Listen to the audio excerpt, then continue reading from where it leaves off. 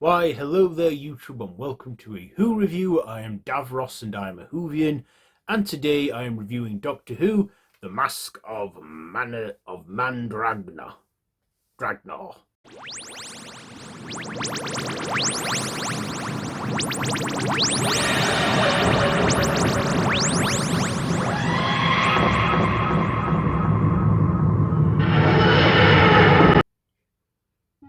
So this is a serial from 1976 where the Doctor and Sarah are drawn into Mandragora Helix, an entity which exists among the stars, and which transports the TARDIS to 15th century Italy, where they do encounter this whole cult building of this entity that has took control of people and using their wits of superstition against them. Of course, there are characters in there that are smart and use logic and science, but of course the Doctor then has to deal with them all, stop this evil extraterrestrial threat entity that has come from the stars, and of course he does. So what did I like? Well, I like Tom Baker. He's a good Doctor. Even though sometimes if the serials are poorly written or done, he makes it worthwhile. So his presence helps a lot, and I like Tom Baker in this, playing the Doctor with his wits and charms. Also, I thought Elisabeth Sladen was good in this one. You know, she wasn't the full-on damsel in distress. She actually helped out and got in on the action. We also got introduced to some other interesting characters as well in this episode, or serial. And also this was 4 episodes, 25 minutes each, so it was an easy watch for me, about 1 hour 40 minutes, so I thought, good, it's 4 episodes, not 6 drawn out episodes. But like I say, sometimes a 6-part or maybe even an 8 or 10-part serial can work if the pacing is done right. The pacing in this I had no issue with. I thought it was quite quickly paced, and also the visuals, yeah, they look very dated now, but I gotta say, they looked like good visuals for its time, so I'll give them credit where it's due. I don't think this one's been remastered or anything like that, or at least I've not seen any that have been remastered, so I thought they had good visual effects for its time, especially with the blue screen and that, what they did. I mean, it was the 70s, technology wasn't as advanced as it is now, where today we're fully reliant on CGI. In fact, CGI wasn't even a thing, it was just special effects. Also, at the beginning of this serial, we see the Doctor and Sarah wandering around the TARDIS corridors, and they go to another TARDIS console room. And then it's like, oh right, so that's how the console room changes. He just goes to a different room.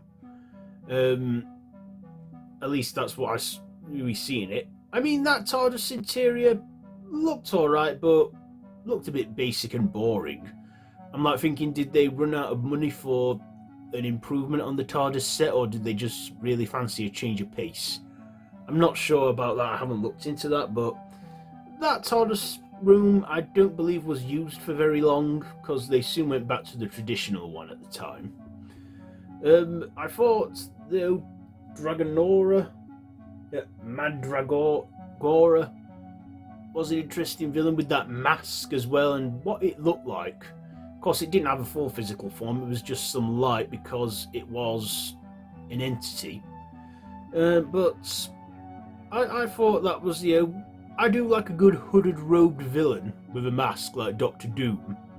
And that's what it also reminded me of, Doctor Doom.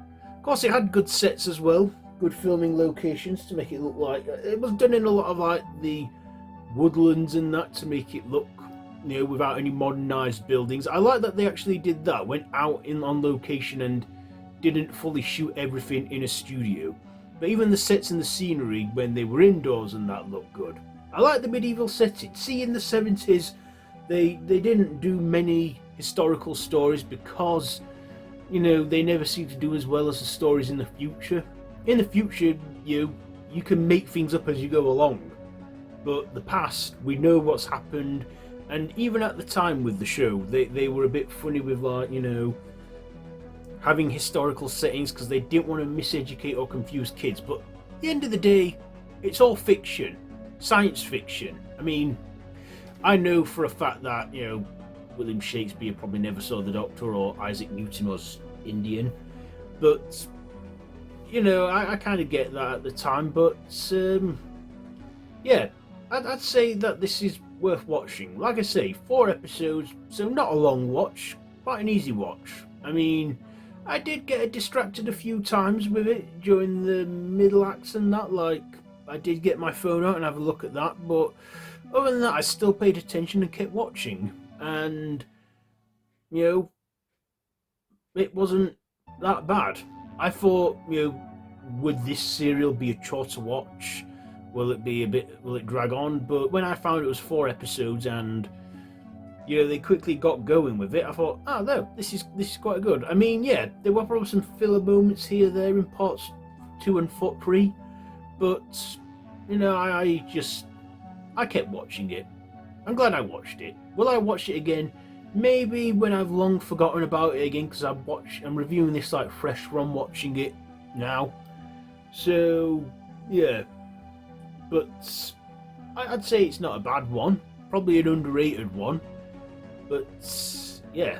I also believe that the next serial would follow would be The Hand of Fear, which would be the exit for Sarah Jane in that classic era. But yeah. Doctor Who, the Masque of Mandragora. I can't pronounce the bloody thing. You know what it says on there. Anyway, yeah. Ratings. I will give the performances an 8, the writing a 7, the visuals for its time I'll give them a 7, and my personal I'll give it an 8. So there you go. There is my review on that Doctor Who serial. Have you seen it? What are your thoughts on it?